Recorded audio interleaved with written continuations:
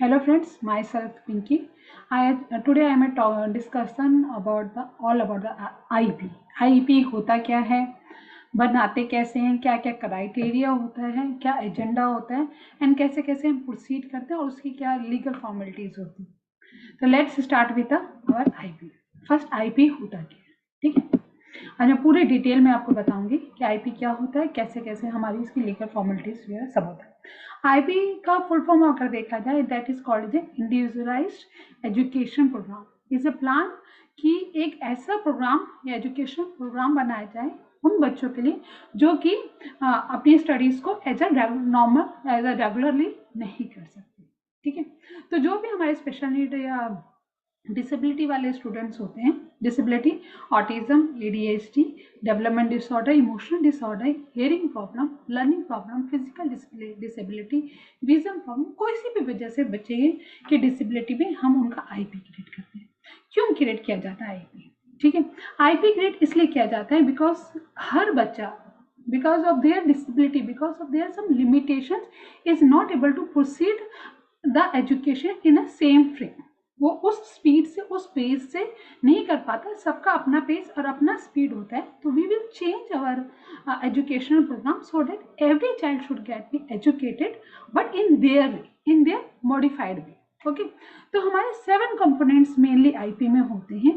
First जो हम component देखते हैं कभी भी आईपी डिजाइन करने से पहले कि what is the present level of academic, speech, इसमें एकेडमिक के साथ साथ चारों चीजें इंक्लूड होती है। क्या बच्चे का प्रेजेंट लेवल ऑफ एकेडमिक है, क्या बच्चे का प्रेजेंट लेवल ऑफ स्पीच है, क्या बच्चे का present level of gross motor या फाइन मोटर है एंड बिहेवियर है। बिकॉज बिहेवियर बहुत इंपॉर्टेंट पार्ट है क्योंकि बिहेवियर से ही बच्चे के हिंड्रेंस है काफी बच्चों का, जो कि वो अपने बाकी तीनों चीजों को हिंडर कर रहा है, रोक रहा है। फिर उसके बाद हम उसके एनुअल गोल्स बनाते हैं, जैसे this is called annual goals. Annual goals इस तरीके के बनाए जाते हैं जो कि मिजरेबल हो, मतलब कि जिसको हम कैलकुलेट कर सके, जिसको हम दिखा सके कि स्टार्टिंग में बच्चे को एडिशन नहीं आता था, हमारे 6 महीने 1 साल के एफर्ट्स के बाद बच्चा सिंगल डिजिट एडिशन कर रहा है या सब्ट्रैक्शन कर रहा है। या बिहेवियर में बच्चा जब हमने स्टार्ट किया था तो बच्चे का मेन कंसर्न ऑफ बिहेवियर था hair pulling, but because of 1 year of a consistent effort अब बच्चे का हेयर पुलिंग हमने 60% रिड्यूस कर दिया। तो परसेंटेज वाइज भी ये मेजरेबल होना चाहिए कि हम उसे मेजर कर सकें कि इतना फ्रीक्वेंसी था, मतलब पहले 10 फ्रीक्वेंसी थी, बच्चा एक दिन में 10 टाइम हेयर पुल करता था, अब बच्चा 2 टाइम कर रहा है, मीन्स उसका 10 to 2 इतना डिग्रेड हुआ है। तो बिहेवियर को भी मेजर कर सकते हैं, एकेडमिक को भी मेजर कर सकते हैं, gross motor, fine motor, occupational therapy, speech act, सब चीज मेजरेबल, ठीक है। And explanation how E progress, ठीक है। जब भी कोई आईपी डिजाइन करता है तो ये भी लिखता है कि लाइक फर्स्ट क्वार्टर में, जैसे आज हमने अगर अक्टूबर से स्टार्ट किया अपना आईपी, तो अक्टूबर, नवंबर, दिसंबर में, इस 3 मंथ में हम बच्चे के जैसे हमने एडिशन स्टार्ट किया, सिंगल डिजिट एडिशन, तो यहाँ से हम बच्चे को इतने प्रॉम्प्ट पे ले आएंगे, प्रॉम्प्ट पे ये इंडिपेंडेंट करने लग जाएगा। 6 मंथ बाद बच्चा इंडिपेंडेंट करने लग जाएगा एंड 1 ईयर बाद बच्चे को नो प्रॉम्प्ट, नो हिंट, वो कंप्लीटली 100% एक्यूरेसी के साथ करने लग जाएगा। तो प्रोग्रेस में होना चाहिए कि 3 मंथ बाद कितना होगा, 6 मंथ बाद कितना होगा, या बिहेवियर में भी हम ये मेजर करके बताते हैं कि 1 मंथ बाद कितना बिहेवियर में हम इम्प्रूवमेंट कर पाएंगे, कितना नहीं। हम बच्चे के प्रेजेंट लेवल के ऊपर बेसिस पे ये सारा मेजरमेंट करते हैं। स्टेटमेंट ऑफ सर्विसेज और aids that will be provided to the child, क्या क्या सर्विसेज मिलेंगी बच्चे को, क्या ओटी की जरूरत है तो ओटी की सर्विस मिलनी चाहिए, स्पीच की जरूरत है तो स्पीच की मिलनी चाहिए, अगर बच्चे को अडेप्टेड फैसिलिटीज की जरूरत है तो अडेप्टेड फैसिलिटीज मिलनी चाहिए। मीन्स जैसे कई बच्चे हमारे सेरेब्रल पैरालिसिस के होते हैं या जिनके जो व्हील चेयर से स्टूडेंट होते हैं, बट वो उस लेवल पे ग्रॉस मोटर स्किल्स या प्ले या पीई नहीं कर सकते, पीई मतलब फिजिकल एक्सरसाइजेस वगैरह नहीं कर सकते, तो उन बच्चों के लिए अडेप्टेड एड्स आते हैं, अडेप्टेड फिजिकल एक्सरसाइजेस की क्लासेस होती है, अडेप्टेड आर्ट की क्लासेस होती है, अडेप्टेड कुकिंग या अडेप्टेड क्लासेस होती है। तो उनको क्या क्या एड्स चाहिए, या कई बच्चे बहुत ज़्यादा सीवियर होते हैं तो उनको क्या 1 to 8 पूरे दिन सर्विसेज चाहिए, क्या उनको हम 3-4 आवर्स के एड की सर्विसेज चाहिए। ये सब कुछ A to Z आईपी में लिखा होता है। अगर नहीं लिखा हुआ तो पूछो कहाँ पे लिखा हुआ है, and only then a parent need to be sign it. Okay, next होता है स्टेटमेंट और मॉडिफिकेशन एकोमोडेशन। अगर बच्चे को इन फ्यूचर लाइक हमने 1 साल का एनुअल आईपी बनाया, बट हमने 6 महीने बाद कुछ बच्चे के ऐसे ड्रास्टिक बिहेवियर्स आ गए या drastic behaviour challenging behaviour reduced हो गए, तो अभी हम इसको में क्या अकोमोडेशन कर सकते हैं, क्या हम मिड में दोबारा से आईपी मीटिंग कॉल करके क्या मॉडिफिकेशन कर सकते हैं। An explanation of when a child not participate in non disable peers. ठीक है, statement of individual accommodation that put in a district और स्टेट असेसमेंट। क्या इंडिविजुअल एकोमोडेशन दी जाएगी? इंडिविजुअल एकोमोडेशन में कई बच्चे जो कि नॉन वर्बल होते हैं तो उनको एसी डिवाइसेस प्रोवाइड किए जाएंगे, या क्या क्या उसको अगर व्हील चेयर बच्चा नॉन वर्बल भी है तो स्कूल में क्या क्या उसकी सिटिंग के पास एडजस्टमेंट या एकोमोडेशन की जाएगी ताकि वो बच्चा प्रॉपरली क्लास में पार्टिसिपेट कर सके। ठीक है, date, frequency, location, service to provided. कहाँ पे सर्विस प्रोवाइड जाएगी, कौन कौन से दिन होंगे, कितने आवर्स की सर्विस होगी। जैसे जनरली हमारे अगर जब हम आईपीडी से लिखते हैं तो जैसे हमने कहा 1 घंटे की बच्चे की स्पीच की सर्विस है। ठीक है, तो 1 घंटे बच्चे की स्पीच की सर्विस है। तो स्पीच की सर्विस 2 टाइप की होती है, एक पुश इन, एक पुल इन। पुल इन में स्पीच थेरेपिस्ट बच्चे को लेके अपने रूम में चला जाता है एंड उस एनवायरनमेंट में उसको स्पीच करवाता है। पुश इन मतलब बच्चे को क्लासरूम में ही बिठाया रहने दिया जाता है और वहीं पे ही बच्चे को एसी डिवाइस या बाकी फ्रेंड्स से एक नॉर्मल। तो अकॉर्डिंग टू बच्चे की requirement the speech therapist decided कि पुल इन होगा, पुश इन होगा। वैसे ही बिहेवियर सर्विसेज डिसाइडेड कि पुल इन होगा, पुश इन होगा। कि बच्चे को कोई ऐसा बिहेवियर है जो कि हम क्लासरूम के एनवायरनमेंट में सही करना चाहते हैं तो क्लासरूम में ही बिहेवियर थेरेपिस्ट बच्चे के साथ बैठेगा एंड उसकी सपोर्ट और हेल्प करेगा। अगर कई कुछ बच्चों को नहीं मोर नीडेड है तो हम बिहेवियर थेरेपिस्ट बच्चे को लेके अपने रूम में जाके वहाँ पे उसके साथ उस काम पे वर्क करेगा। तो ये सब क्या सब आपके आईपी में डिफाइन होता है कि कौन से सर्विसेज प्रोवाइडेड है, कहाँ पे सर्विसेज प्रोवाइडेड है और किस टाइप से सर्विसेज मिलेगी बच्चे को और कैसे कैसे बच्चा उसके साथ कंटिन्यू करेगा। ठीक है, सिमिलरली ऑक्यूपेशनल थेरेपिस्ट का भी कि वो पुल इन होगा कि क्लासरूम में होगा कि वो ओटी थेरेपिस्ट आएगा और अपने साथ बच्चे को लेके जाएगा और अपने रूम में ले जाके बच्चे को वो करेगा। तो सबसे इम्पोर्टेंट क्या है? सबसे इम्पोर्टेंट है आईपी की टीम को अंडरस्टैंड करना बच्चे की प्रेजेंट सिचुएशन, फिर करंट लेवल के परफॉर्मेंस से नए परफॉर्मेंस माइलस्टोन्स करना, ऐसे माइलस्टोन करना जो कि आप मेजर कर सको कि यहाँ पे बच्चा था, यहाँ पे पहुंचा और उसके लिए क्या क्या सपोर्टिंग, क्या क्या कैसे कैसे आप उसको अचीव करोगे ताकि और आपको हर क्वार्टरली या हर मंथली पेरेंट को रिपोर्ट दे सकें कि बच्चे को हमने यहाँ स्टार्ट किया था एंड देन आपका बच्चा अब यहाँ पे रहे। ठीक है, तो इसमें मेन जो जितने भी देखे मैंने 4 टाइप की सर्विसेज होती है। फर्स्ट होती है जैसे बिहेवियर सर्विसेज। ठीक है, बिहेवियर सर्विसेज में सबसे पहले बच्चे का एफबीए होता है। एफबीए क्या होता है? Functional behaviour assessment. इसमें हम बच्चे को बच्चे के साथ बैठ के डायरेक्ट टू डायरेक्ट भी देखते हैं कि क्या बच्चे का बिहेवियर है, उस बिहेवियर का क्या फंक्शन है। क्या ये बिहेवियर का फंक्शन अटेंशन है, स्केपिज्म है, सेंसरी ओवरलोड है, या सेंसरी डिस्टर्बेंस है, ये सेंसरी की वजह से है। ठीक है, और डायरेक्ट भी कर सकती हैं, उसके पेरेंट्स से भी डेटा कलेक्ट कर सकते हैं। ये सारा का सारा एफबी का एक रिपोर्ट बनता है जो कि that is called the functional behaviour assessment. On the basis of the functional behaviour assessment BIP बनता है that it is called behaviour intervention plan, जो कि ये बताता है कि इस जैसे बिहेवियर के लिए हम ये वे से चैलेंजिंग बिहेवियर को टैकल करेंगे ताकि हमारा डिजायर्ड बिहेवियर मिल सके। कि जैसे कोई बच्चा बहुत बाइटिंग करता है, ये उसका चैलेंजिंग बिहेवियर, और बाइटिंग वो किसी के हाथ पे करता है, तो हमने उसके लिए क्या दिया कि और वो बच्चे जनरली वो बिहेवियर तब आता है, एंटीसीडेंट उसका ये होता है जब बच्चे को कोई भी काम मुश्किल लगता है। ठीक है, तो एक तो काम को हम ठीक करेंगे एंटीसीडेंट को, साइमल्टेनियसली जो भी थेरेपिस्ट के साथ काम करेगा वो अपने हैंड पे ग्लव्स पहन के रखेगा ताकि बच्चा अगर बाइट भी करना है तो थेरेपिस्ट भी सेफ रहे, बच्चा भी सेफ रहे, एंड साइमल्टेनियसली बच्चे को इस तरह से रीडायरेक्ट किया जाएगा कि बच्चा उस बिहेवियर को मिनिमम करे। जैसे जो बच्चा एक दिन में 10 टाइम कर रहा है वो 3 टाइम्स करे या 0 टाइम करे, पर उसके साथ साथ क्या क्या उसके बीआईपी को बनाना पड़ेगा। ठीक है, तो ये सारा का सारा पूरा का पूरा उसके बच्चे के बिहेवियर इंटरवेंशन प्लान में लिखा जाता है। ठीक है, फिर ये आपके बन गया FBA।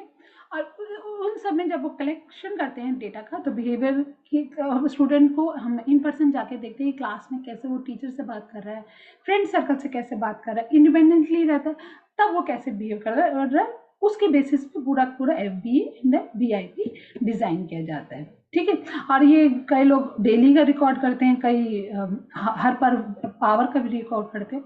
ये हो गया बिहेवियर असेसमेंट। ठीक है, नेक्स्ट आता है ऑक्यूपेशनल असेसमेंट। ये ऑक्यूपेशनल थेरेपिस्ट आके चाहे देखता है बच्चे का कि उसकी क्या मोटर स्किल्स हैं, क्या फाइन मोटर स्किल्स हैं, और कैसे फाइन मोटर्स को की एक्टिविटीज़ को इम्प्रूव किया जाएगा। ठीक है, फिर आता है हमारा स्पीच एंड लैंग्वेज पैथोलॉजिस्ट, जो कि बच्चे की articulation, phonology, hearing, fluency, functional life skills, expressive language, receptive language, auditory discrimination, phonological awareness, social skill, parametric या AAC की डिवाइस की जरूरत है, रिटर्न लैंग्वेज है, इंटेलिजिबिलिटी क्या है, इन सब पे करता है। आर्टिकुलेशन बच्चा कहाँ का पे आर्टिकुलेशन में करेक्ट है, कितना करेक्ट है, उस पर कितने दिन हम काम करेंगे कि हम 80%, जैसे रा साउंड काफ़ी बच्चों का गलत होता है, रा साउंड में हम ये बच्चे के साथ सर्विसेज करेंगे, ऐसे से करेंगे कि हम 3 वीक्स बाद या 3 मंथ बाद बच्चे की आर्टिकुलेशन में रा साउंड इनिशियल में या यहाँ पे ठीक हो जाएगा। ठीक है, तो स्पीच लैंग्वेज पैथोलॉजिस्ट के पास भी बहुत सारा काम होता है कि वो रिसर्च करे एंड चेक करे कि बच्चे को क्या क्या फाइनली उसको सर्विसेज देनी है, किस किस बेसिस पे सर्विस देनी है, और क्या क्या उसकी सर्विसेज के अंदर इनकाउंटर होगा। ठीक है, उसके नेक्स्ट आता है एकेडमिक।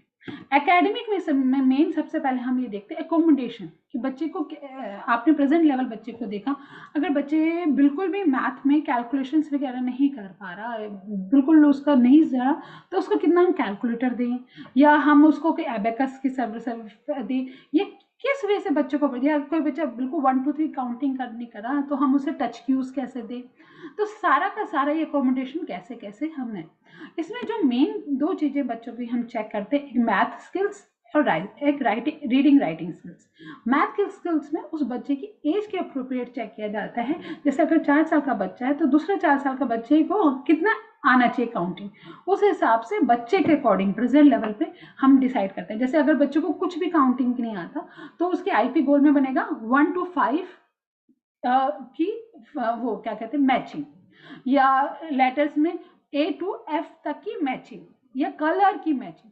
तो अकॉर्डिंग टू दैट बच्चे के मैथ के गोल्स, बच्चे के रीडिंग राइटिंग के गोल्स डिसाइड होते हैं। अगर बच्चा आपका हाई स्कूल में है या मिडिल स्कूल में है, तो उसके आपको बात करनी चाहिए कि उसकी एग्जीक्यूटिव फंक्शनिंग पे क्या क्या स्कूल प्रोवाइड कर रहा है, क्योंकि ये भी स्कूल के IP गोल्स के अंदर आता है। तो क्योंकि एग्जीक्यूटिव फंक्शनिंग क्या है, executive functioning is how the child is able to understand the environment and do the activity by themselves without any other prompts and other intervention. ठीक है, तो ये सारे आप एग्जीक्यूटिव फंक्शनिंग के गोल है। इसमें मैं अलग से एक वीडियो बनाऊंगी कि हाई स्कूल्स के बच्चों के लिए क्या क्या जरूरी है। साइमल्टेनियसली हाई स्कूल में हम एसेंशियल सोशल स्किल्स वगैरह भी लेते हैं, फंक्शनल मैथ स्किल्स भी आ जाती हैं, जिसमें कि मनी आ जाता है, कैलकुलेटर आ जाता है, कैलेंडर आ जाता है, मेजरमेंट आ जाता है, टेलिंग द टाइम आ जाता है, ये सारे आ जाते हैं। ठीक है, तो फाइनली हमारा मैथ का बच्चे का बनता है कि मैथ में क्या क्या बच्चे को कंसिडर करना चाहिए।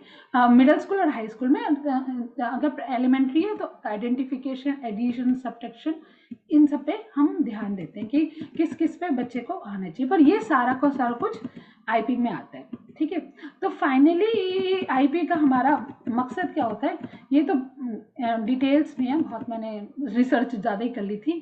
तो सबसे पहले क्या होता है कि IP में क्या बच्चे को आप पढ़ाने जा रहे हो, कितने टाइम फ्रेम में वो बच्चे को आ जाएगा, क्या क्या उसके लिए आपने सेटिंग करी है, कैसे आप मेजर करोगे, कितने एक्यूरेसी, मतलब 60% एक्यूरेसी में वो बच्चा करने लग जाएगा, 80% एक्यूरेसी में। एक्यूरेसी क्या होती है, जैसे आज मैंने कहा कि मेरे को ये स्टूडेंट को 1 to 5 की आइडेंटिफिकेशन 80% एक्यूरेसी में 3 मंथ में कर लेगा। मतलब 80% एक्यूरेसी मीन्स मैंने बच्चे के साथ अगर 10 ट्रायल किए, 1 to 5 रखा, उसका टच 2, टच 3, टच 5, अगर 10 टाइम में बच्चे ने 8 टाइम उसको करेक्ट टच किया, मीन्स 80% एक्यूरेसी। 2 टाइम बच्चे ने गलत किया तो मीन्स मैंने 80% एक्यूरेसी ही ली थी। अगर मैंने कहा है कि 50% एक्यूरेसी, 1 to 5 ही आइडेंटिफिकेशन, मैंने तो 1 to 5 में बच्चे ने केवल 5 बार ही टच किया, तो मैं कहूँगी मैंने 50% एक्यूरेसी कर ली। ठीक है, पर अगर मैंने कहा बच्चे को मैं 1 to 5 3 मंथ में सिखा दूंगी। एंड मैंने फिर मेजर किया और बच्चे ने 1 to 5 केवल 2 टाइम्स सही किया 10 में से, तो मेरा हुआ 20%। मैंने कहा था अपने उसमें आईपी में कि मैं 50% करूंगी, पर मैंने भी कितना कर पाई 20%। तो यहाँ पे हम कहते हैं कि still it's be on going, because हमने जो सोचा था, जो हमारा स्टार्टिंग में हमने एक्यूरेसी डिसाइड की थी, उस एक्यूरेसी पे अभी हमारा मेट नहीं हो पाया। तो इस तरह से आईपी जो भी बनता है, आईपी, अब आईपी का आप लोगों का बड़ा मन होता है कि देखें कि आईपी होता कैसे है। Let's I will share that one also. IP का जो मेन स्ट्रक्चर होता है, एक मैं ब्लैंक आईपी आपके साथ शेयर कर रही हूँ। इसका ये होता है, इसमें पेरेंट्स के फर्स्ट ये होता है कि कौन कौन से पेरेंट्स में कौन कौन आएगा, पेरेंट्स का नाम क्या, उसकी पर्सनल डिटेल्स, कौन कौन उसमें पार्टिसिपेट करेगा, language therapist, OT, social emotional behaviour therapist, class teacher, ये स्कूल में कोई और है तो, और साइमल्टेनियसली पेरेंट्स। फिर आईपी लिखा जाता है एंड पेरेंट के सिग्नेचर के बाद ही आईपी अप्रूव होता है। ठीक है, तो अब मैं आपको एक डेमो दिखा रही हूँ जिसमें दिस इज, मैंने ये मुझे कहीं यहाँ पे क्या कहते हैं सैंपल मुझे मिला था नेट पे, उसका मैं डेमो दिखा रही हूँ, जहाँ पे कि बच्चे का एक आईपी का पूरा दिखाया हुआ है कि कैसे कैसे बच्चे का आईपी बनाया जाता है। तो इस तरीके से हाँ आईपी बन के आते हैं फाइनली। आप लोगों में से काफ़ी पेरेंट्स ने देखा ही होगा कि इनिशियल में बच्चे की पूरे डिटेल्स होते हैं कि बच्चे का नाम क्या है, बच्चे के पेरेंट्स का नाम क्या है, बच्चा कहाँ रहता है, बच्चे का प्रेजेंट स्टेटस क्या है एजुकेशन का, फिर बच्चे का क्या क्या प्लान है फ्यूचर में, और हर गोल को कैसे कैसे अचीव किया जाएगा। जैसे कि अगर मैथ का गोल है तो मैथ का गोल में क्या, जैसे मैथ का गोल है तो मैथ के गोल में क्या हमारी अचीवमेंट होगी, कितने प्रोग्रेस में, हम मंथली उसका चेक करेंगे, टेस्ट देखेंगे कि क्वार्टरली देखेंगे, ट्राइमेस्टर में देखेंगे। तो जनरली आईपी में जैसे मैथ के 3 या 4 गोल लिख देते हैं, रीडिंग के, इंग्लिश के रीडिंग के 3-4 गोल्स हो जाते हैं, बिहेवियर के 5-6 गोल हो गए, ओटी के 3-4 गोल हो गए, स्पीच के 3-4 गोल हो गए। इस तरह से करके अराउंड 10-15 के depend on the child to child goals लिखे जाते हैं, and at the end parent signature होता है, and then they will be go proceed with that. तो this is that's it regarding the all about the IP. And next 2 मैं video बनाऊंगी। एक में मैं बताऊंगी एलिमेंट्री स्कूल के आईपी में, हाँ अगर आप एज ए पेरेंट बनाना चाहते हो अपना पर्सनल आईपी तो आप कैसे कैसे बनाओगे, और मिडिल स्कूल के आईपी में आप कैसे कैसे बनाओगे। हाई स्कूल का मैं रिसर्च करूँ, पर जितना मुझे आता है, अगर हुआ तो मैं 3 वीडियो शेयर करूँगी कि हाई स्कूल के आईपी में आप क्या क्या बना सकते हो। पेरेंट्स को क्यों जानना चाहिए, क्योंकि एज ए पेरेंट अगर हम जाते हैं कहीं स्कूल में, मुझे पता है कि ये आईपी में होना चाहिए, ये ऑब्जेक्टिव्स होने चाहिए, और तो मैं आईपी साइन करती हूँ या बनाती हूँ या देखती हूँ, तो मैं ज़्यादा जल्दी उसे समझ पाऊंगी, ग्रास्प कर पाऊंगी, और टीचर से मैं अपने बच्चे के बारे में ज़्यादा अच्छे से एडुकेट कर पाऊंगी, अपने बच्चे के बारे में बता पाऊंगी। तो hope this will help you definitely in your journey, कि अंडरस्टैंड करो कि आईपी में आपके बच्चे के पास 4 main criteria, OT, speech, academic and behaviour, उस पर क्या क्या उनके गोल्स बने हैं, कितने मंथ में वो आपको रिपोर्ट दे रहे हैं, और रिपोर्ट में कितने परसेंटेज ऑफ एक्यूरेसी के साथ रिपोर्ट देंगे, और क्या क्या उसकी डिटेल्स होंगी। Thank you so much, bye bye for now.